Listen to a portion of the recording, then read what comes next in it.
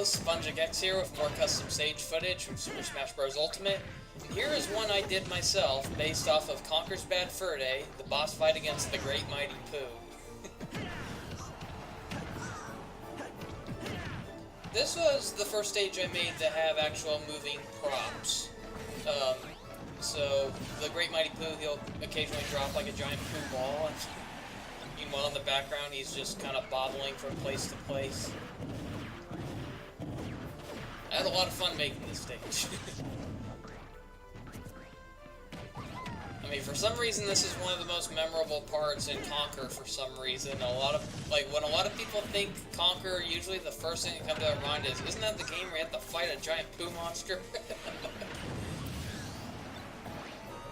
I always thought, like, if they ever made a sequel to Conker's Bad Fur Day, they definitely need to have, like, some kind of reprisal boss fight against him, but have it be bigger. Like, they should show, like, what happened to him at the end of Bad Fur Day, because he didn't die, he just got flushed, so it would have been funny if, what if Conker accidentally made him stronger in the process? What if, you know, after he got flushed, he somehow ended in, like, a radioactive sewer or something, and he mutated into an even bigger poo monster? It'd be kind of funny if, like, they did, like, a parody of Akira, the transformation sequence. Then the boss fight itself could be something similar to, like, something you'd see in, like, God of War, or even Attack on Titan, where, like, Conker has to, you know, like, run across, like, a giant wasteland, climb up the Great Mighty Pooh, and he has, like, probably his weapon could be like a giant toilet brush, and he uses it like a sword to slash at the Great Mighty Pooh's weak points, or so, you know, that'd be a really funny idea. Too bad we're likely never going to see a sequel, though. Anyways, here's a funny stage based off of one of those Edda and Eddie memes where it just showed Double D, like, holding a sign, and, you know, usually it has, like, a real smart alecky comment here, and so here it's just a blank slate of the meme, and someone turned into a stage. I thought that was kind of funny.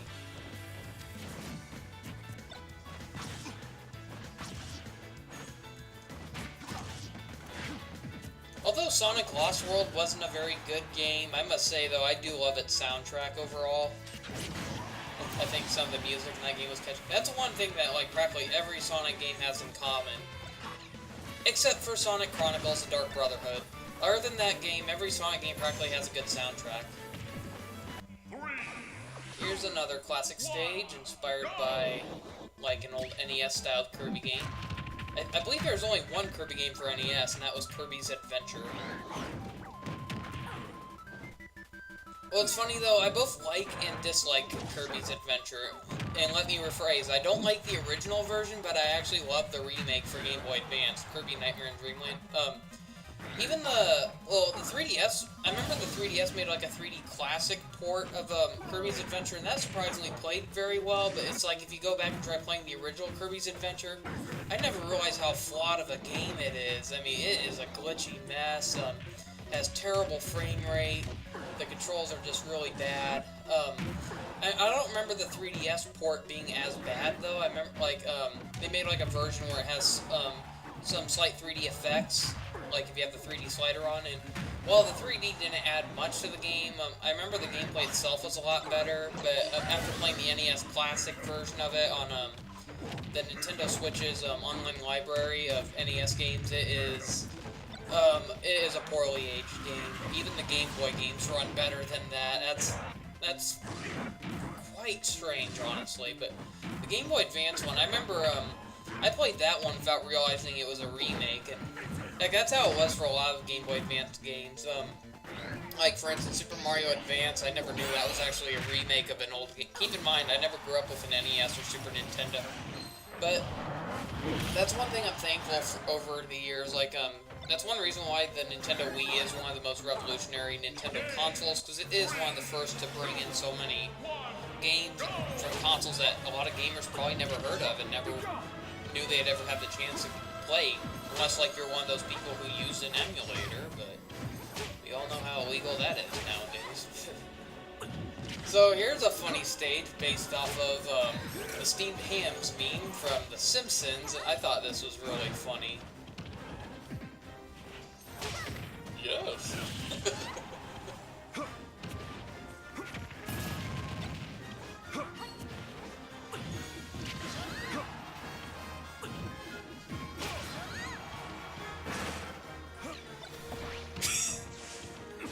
Good Lord, what is happening in there?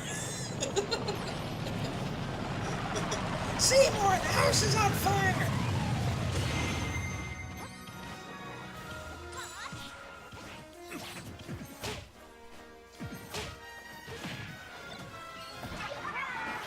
Ooh, now it's a party? I miss Callie and Mari. I wish they were still the hosts in Splatoon 2. I'm sorry, I just do not care for the new hosts in the game. It's like they're trying too hard to have them replace the original hosts of the game, but it's like, why did they have to replace them in the first place? There was nothing wrong with Callie and Mari.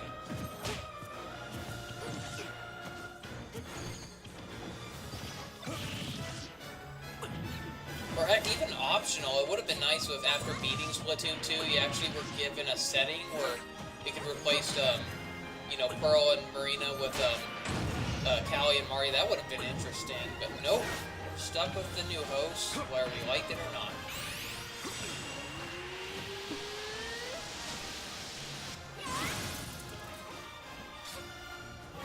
Kind of the same. I feel the same way about Zelda in this game. Like, I'm not hating on her design. I think it's, you know, a cute redesign, but I still kind of preferred the Twilight Princess era Zelda. I thought she looked a lot better.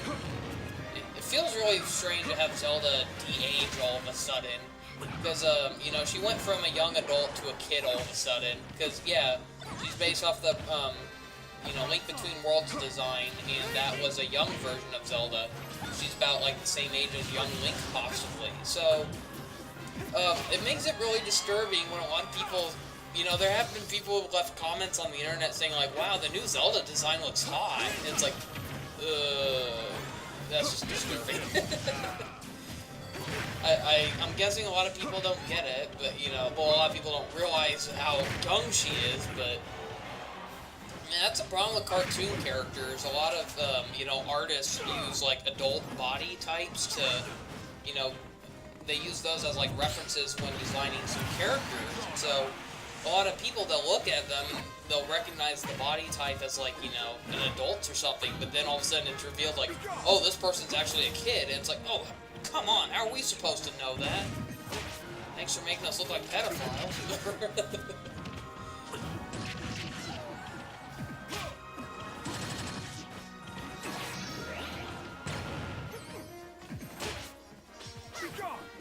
Doesn't help that, like, in cartoons, you know, for instance, like, I still find it hard to believe that a lot of the Sonic the Hedgehog characters are supposed to be tweens and teenagers, because they don't act like them.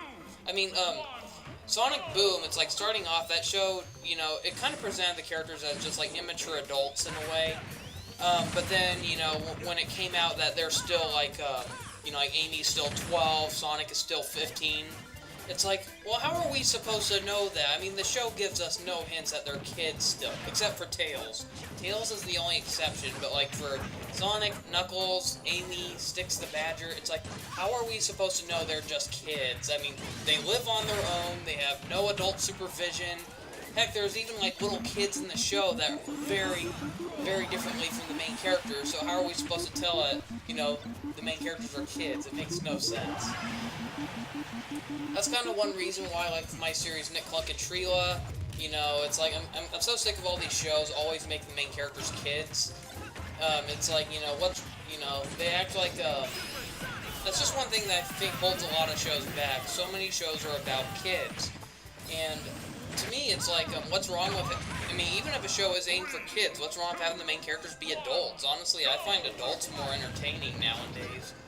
The problem is that so many shows that star adults have terrible writing. They're written to be, like, as raunchy as possible, so, you know, that's one thing I want to change with my series. You know, the main characters in that show are, like, 21 years old, so, it's like, that way I'm able to get away with a lot more of those characters without people having to freak it. For instance, the main characters, Nick and Trila, they're, like, the main love interests of the series. I show that they have no shame in actually, you know, like, sleeping in the same bed together. But that's the thing, they don't do anything more than that. They just trust each other, and so, you know, you won't see them doing anything suggestive or sexualized. It's, you know, just them simply just sleeping in a bed together, that's it. And So it's like if this were a show where the characters were less than 18 years old, chances are people would freak out. But then again, my show is not meant for little kids. It's not meant for kids at all. It's just supposed to be a show for anyone, whether you're an adult or a kid. That's what I'm aiming for. Sorry to go on about that for a while, but so I forgot to mention the last stage I was on was, for some of you who might have noticed, it was South Park. And here is a stage based off of an area in Banjo-Tooie, the Inferno area from Witchy World, one of my favorite levels. So whoever did this did a really good job.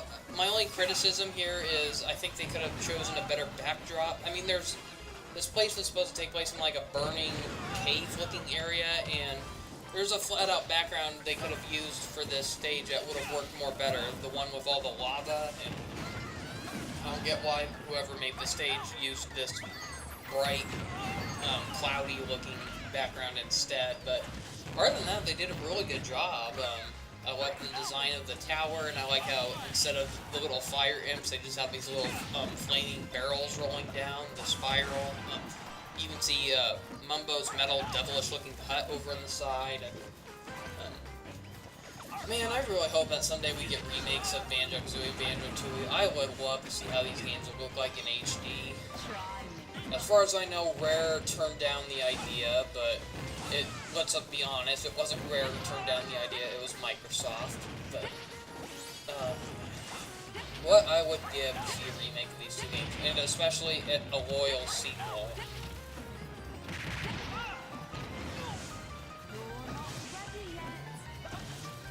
I want to see the series evolve, just like Banjo-Tooie evolved from the first game, and I think there's a lot, you know, the problem with Yooka-Laylee, which was the spiritual successor to Banjo-Kazooie, was it relied too much on copying off of what Banjo-Kazooie already did, but without all the visual appeal.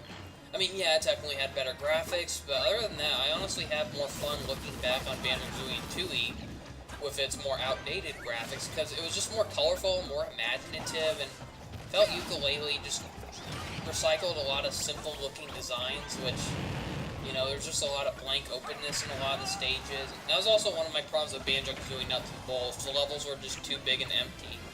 I mean, yes, Banjo-Tooie did have big stages, but I felt like there was a lot to keep you occupied. There was collectibles, there were different rooms, and it feels like too many of the levels in Yooka-Laylee were just open world, and there was nothing in the distance that caught your attention and make you want to run over there and check out what's there to see in the levels. And I feel like, you know, if they were to make a true Banjo-Kazooie 3, they would really need to update the overworld in a way. And I mean, they need to go somewhere in between what Banjo-Kazooie and Tooie presented level-wise, but I feel like, you know, they need more upgrade mechanics. You know, like they need a new inventory system, because, you know, one thing I loved about Banjo-Tooie was how you could get different powered eggs, where in the original game you only had regular eggs, the blue eggs, but in the sequel we had where Kazooie could shoot fire, grenade, ice, clockwork. So I would love to see them not only make a better way to swap between the eggs, like, you know, kind of like, I remember like Cameo Elements of Power had like an interesting way of swapping between the monsters real quickly, and that was where you had to hold a certain button, and then like a little wheel would pop up, and you had to tilt the control stick in the direction you wanted. I mean, Ratchet and Clank games even have a similar kind of thing like that when switching between weapons. So, you know, that's one thing that Banjo-Kazooie would need if it ever made a third entry, a real third entry. It would need some kind of inventory swapper, and I'd love to see, you know, I guess I'd love to see Banjo-Kazooie kind of go more of a Ratchet and Clank inspired route where there's a lot of moves you can actually upgrade. Well, you know, they still need to keep like the collectibles, but along with having, you know, like the more permanent collectibles like the traditional music notes, I feel like they need to bring in some new stuff as well, like collectibles that you can get just by defeating enemies and stocking up to get like upgrades in certain shops. So, you know, it's like you could get like ammo increases for some of your eggs. But then, you know, you'd have the, like, I think a good way to do it is, so, like, in the overworld, you'd still be able to collect the musical notes, it'd still be, like, the two, note symbols, but it's like, what if they made, like, smaller notes that popped out of enemies, and they could call them, like, single notes or something like that, yeah. So, the single notes are, like, your money in the game, and then the The traditional notes are kind of like the things you use for progression or earning new moves. And then the jiggies will still be as they used to, like where they're used to open up new levels and, you know, boss fights and all that. But I really feel like, you know, if they ever did make a third Banjo game, they would need to do a lot of changes while keeping the familiarity of it.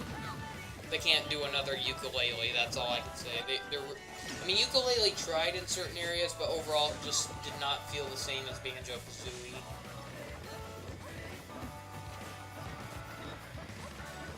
So here we have a level based off of Shanti.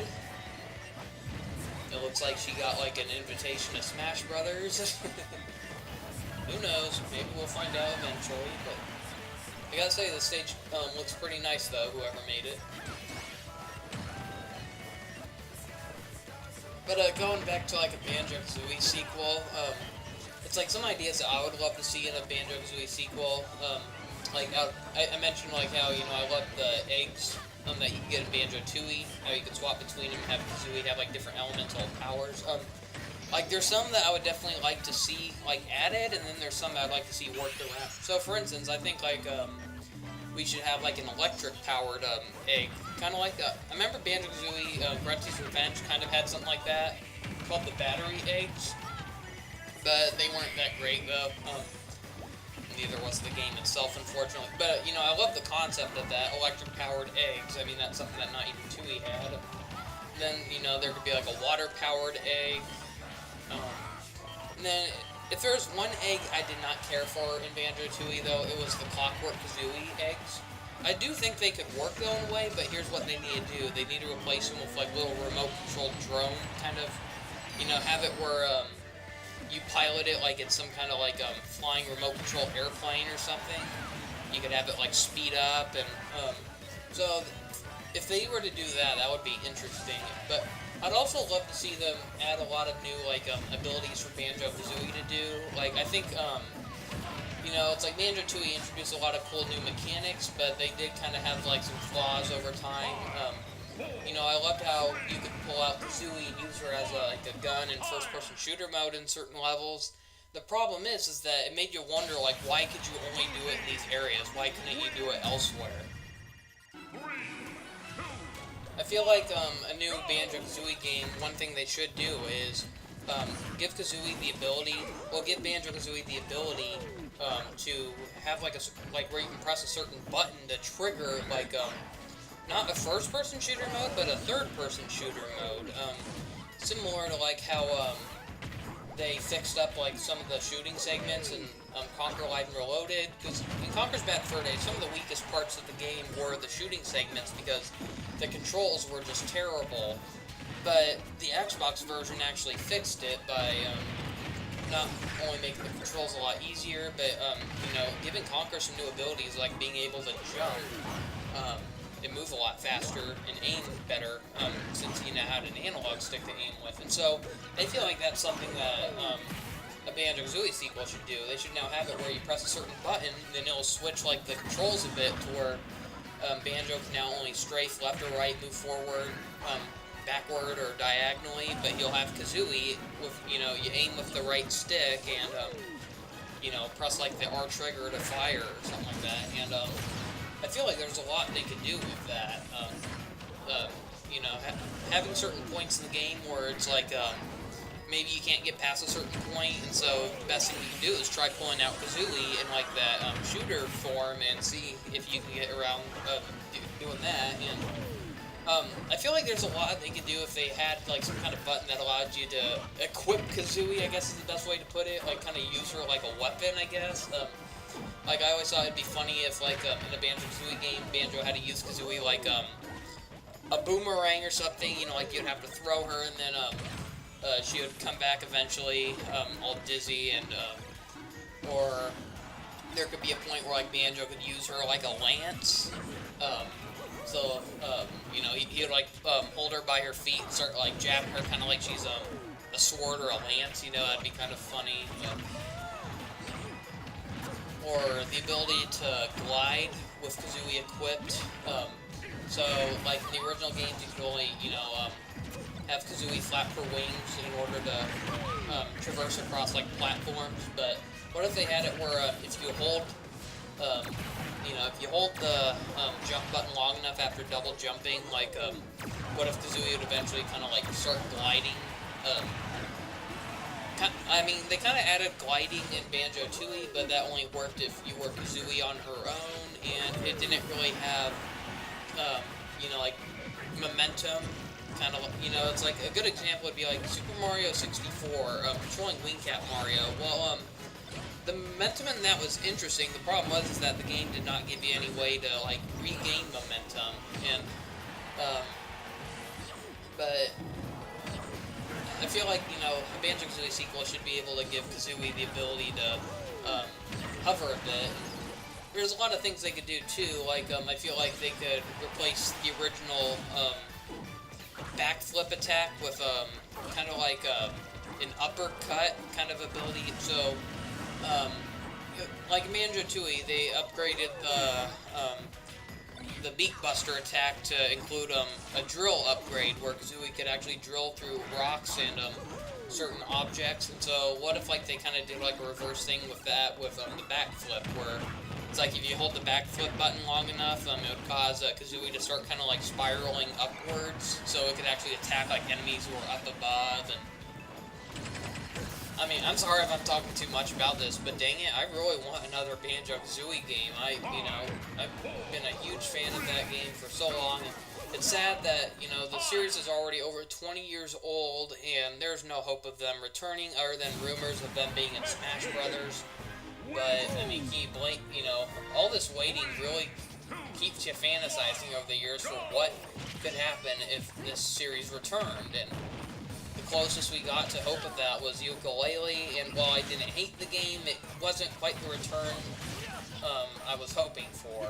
So, now even Chris Seaver, the creator of Conker's Bad Fur Day, he's wanting to make a spiritual successor to Conker, and I feel like, I'm afraid it's probably going to do the same thing over again. It's like it gives you, he already confirmed, don't give your hopes up. It's not going to be exactly like Bad Fur Day, it's just going to be inspired by it. So, right away, it's like I can tell it's not going to be the same, because here I want to see a return of the characters, the story, and, they already confirmed that, like, the main character is going to be drastically different. It's not going to be, like, a talking animal, necessarily, so, yeah.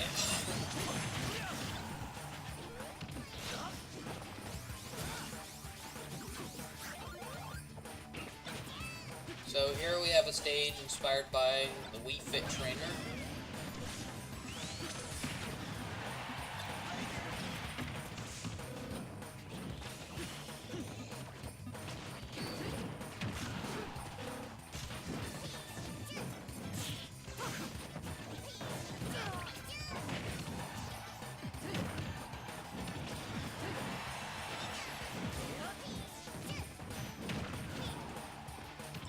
I still don't get why Pichu was made playable. I mean, out of all the characters they could have had to be a clone of Pikachu, why Pichu? Why not Raichu? Raichu would have been so much better.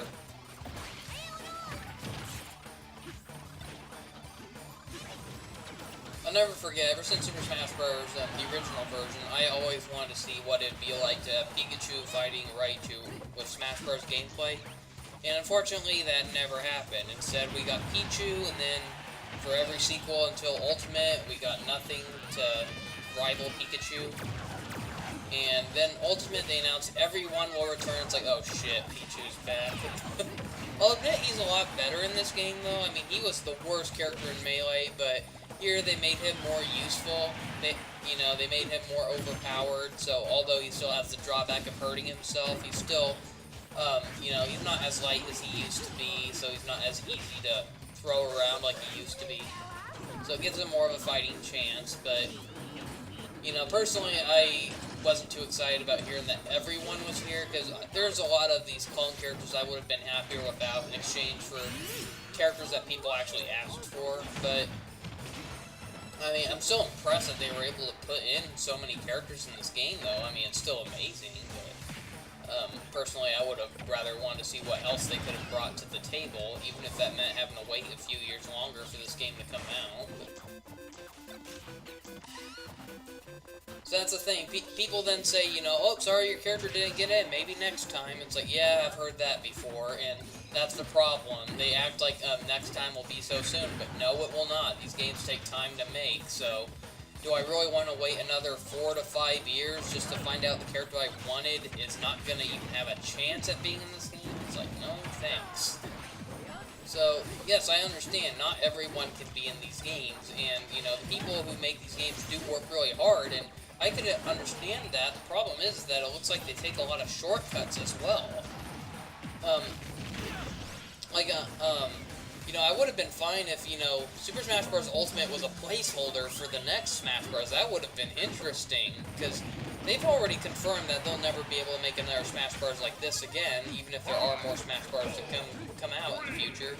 They said, you know, it's not going to have as many characters as this one does. They are going to have to scrap characters out in order to bring in new things, and that's one of my biggest complaints with Ultimate. Although I like the game, I really want to see what else they could bring to it, because I was very underwhelmed by Super Smash Bros. On 3DS and Wii U. I thought, you know, one reason I was really excited for the game coming out on Switch was because I felt the 3DS ones and Wii U ones should have been so much better, but they felt divided because they had to split them across 2 different consoles, and personally, I just wanted them to focus more on the Wii U version, add more exclusive characters and stuff like that, but no, they said for every new character they make on the Wii U, it has to be for the 3DS as well, and because of those restrictions, a lot of stuff was cut out from what could have been. I mean, I still think Super Smash Bros., you know, imagine if the 3DS wasn't a thing. Imagine how much more they could have crammed into the Wii U version. Imagine if the Wii U version of the game had all the features that the 3DS version had exclusive to. That would have been a superior Smash Bros. Game compared to having those two split separately. Just think of all the stages, all the modes we could have had, and that's one thing Super Smash Bros. Ultimate is unfortunately lacking. It's lacking a lot of modes, but what it has to make up for it is a huge roster of both characters and stages. It's just too bad that most of them are returning stages and characters. Anyways, here's a funny stage based off of the episode SpongeBob, Sandy, SpongeBob, and the Worm. Here we are fighting both in and out of the Alaskan bullworm. Oh, I love that episode. I think that one's a very funny Season 2 episode. The stage looks pretty amazing as well, although I am questioning what the heck is up with the tongue, though. I know the worm had a strange-looking tongue to begin with, but it didn't look that strange. Looks like a metal snowman melted into his tongue or something. What the heck? The rest of the stage looks pretty good, though. I like the teeth and the mouth. I like how you can actually go inside of the worm. That's pretty interesting. That's what's interesting about Stage Builder. There's some stages where it's like, you look at the thumbnail and it looks flat as heck, but then when you actually play in it, you actually see how some people added some layers of dimensions to their levels, and some of those can be the most creative.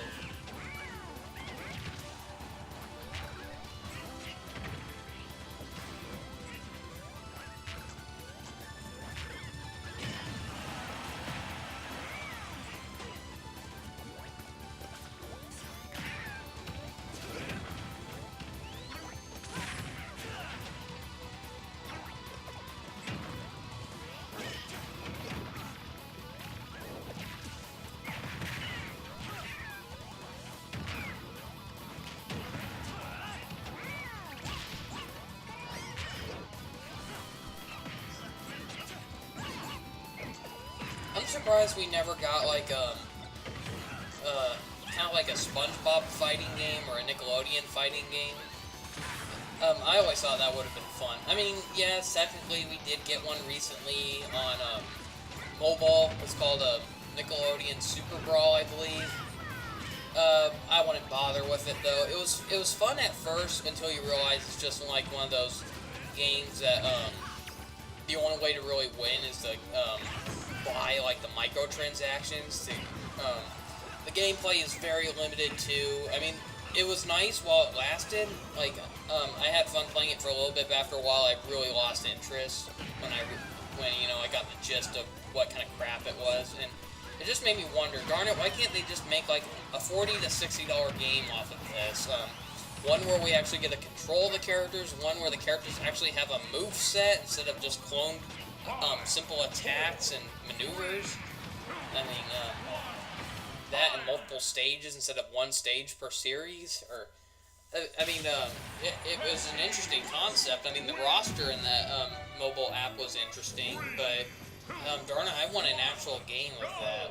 And I definitely want to be more inspired by Super Smash Brothers. I mean, I love to be able to play as like SpongeBob, Patrick, Sandy, Squidward, Mr. Krabs. I'm more concerned about getting a SpongeBob fighter, because SpongeBob's really like one of the only Nicktoons I care about nowadays. But otherwise, you know, it's like I wouldn't mind like seeing a few other Nicktoon characters. They kind of go like the Sega route, I guess, where a lot of their crossover games are just flat out called Sonic and Sega, because they mostly focus on Sonic characters. But so if they had it called SpongeBob and Nicktoons, I would be fine with that. But so here's a really creative stage, inspired by one of the earliest boss fights in Super Paper Mario, Fractale. And dang, this turned out really nicely. Surprised how animated it feels. They did a really good job at recreating this boss fight into a stage.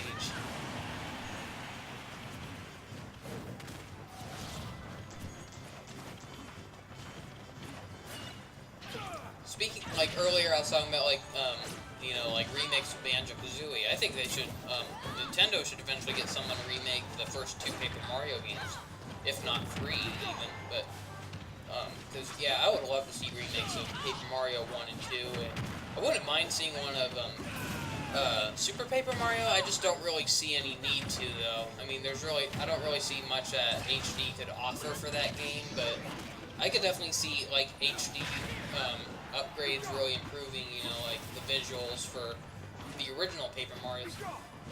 Heck, I'd even love to see a new Paper Mario game inspired by the original 2, but we all know Nintendo, they feel like in order for the series to survive, it has to be some kind of gimmicky kids game, you know, it can't be a traditional RPG anymore, which is a real shame. That being said, although I hated Sticker Star, I actually did kind of like Color Splash. The problem is that I didn't feel like it had very much fun replayability, but, you know, it was still fun while it lasted, though, compared to Sticker Star, where I was just so dead with that game throughout. You know, nothing of that game really made me happy or smile or laugh. I just hated that game. But Color Splash, although the gameplay wasn't quite like it used to be, it felt like a slight improvement over Sticker Star, and the story and gameplay and writing were still pretty good. Although, you know, the gameplay didn't feel quite like the original, I thought a lot of the writing felt just at home with the first two Paper Mario games. So yeah, I actually did really enjoy Color Splash. It's unfortunate that that was one of the last good games on the Wii U besides Breath of the Wild, but so yeah, if they were to make a new Paper Mario game, I would highly recommend, you know, they've had their fun with the gimmicks, but please make another traditional RPG. Like some people say, you know, if you really want another Paper Mario game that bad, just go to the Mario & Luigi RPG series. I personally don't like those very much, though, because they're just too complicated. Like I said, I hated how a lot of the later Paper Mario games relied too much on gimmicks, and that's exactly what Mario & Luigi is. It's a turn-based RPG that relies on constant timing and attention, and it does not give you a fair chance to breathe in battles, and I don't like games that make you feel stressed. You know, if it's a turn-based RPG, I like it to give you a fair chance at fighting back, and I feel Mario & Luigi, the first one's like the easiest one, but I thought the sequels were unbearable, because they kept getting more ridiculous, and not even a crossover Paper Mario fixed it.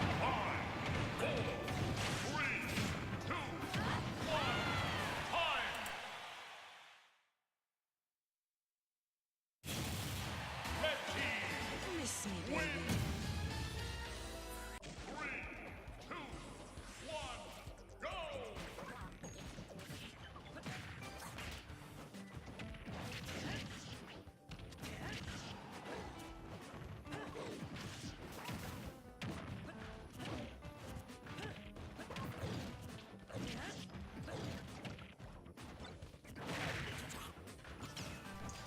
Good news, everyone!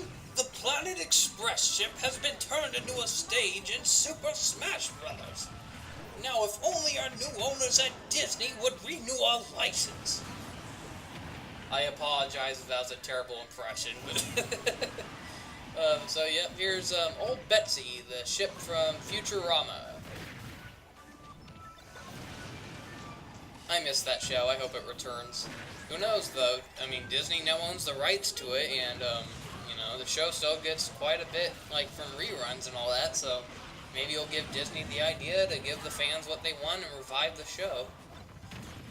I mean, they have, like, you know, if TV doesn't work, they have 2 new formats they can work on it with. They could have it streamed directly to Hulu, or because they own Hulu now, or even Disney Plus. I mean, The Simpsons is coming to Disney Plus for at least reruns. Heck, I'm surprised how quickly a lot of this has taken effect already. I think one of the craziest things that happened so far since Disney bought out Fox is they're showing reruns of Family Guy on Freeform. Yeah, let that sink in for a second. The channel that used to be Fox Family, which then became ABC Family, is now showing reruns of Family Guy.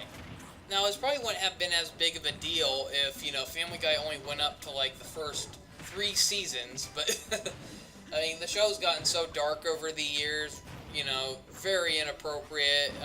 Back then, it's like, it had a few restraints, but still kind of went further than most shows dared to go, but, and that's what I liked about it. I liked it when even then it knew it had limits, even, you know, it could be naughty at times, but it knew when to stop, and nowadays they just don't care, and I feel like that's a huge reason why a huge chunk of the show has declined in quality.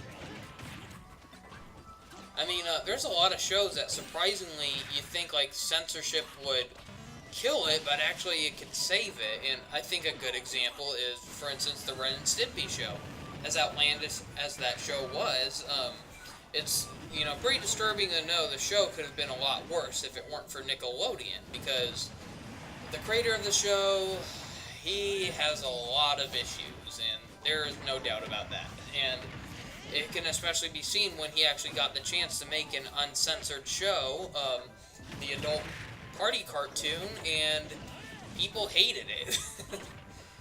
You know, it's amazing how what can ruin a show can actually save a show.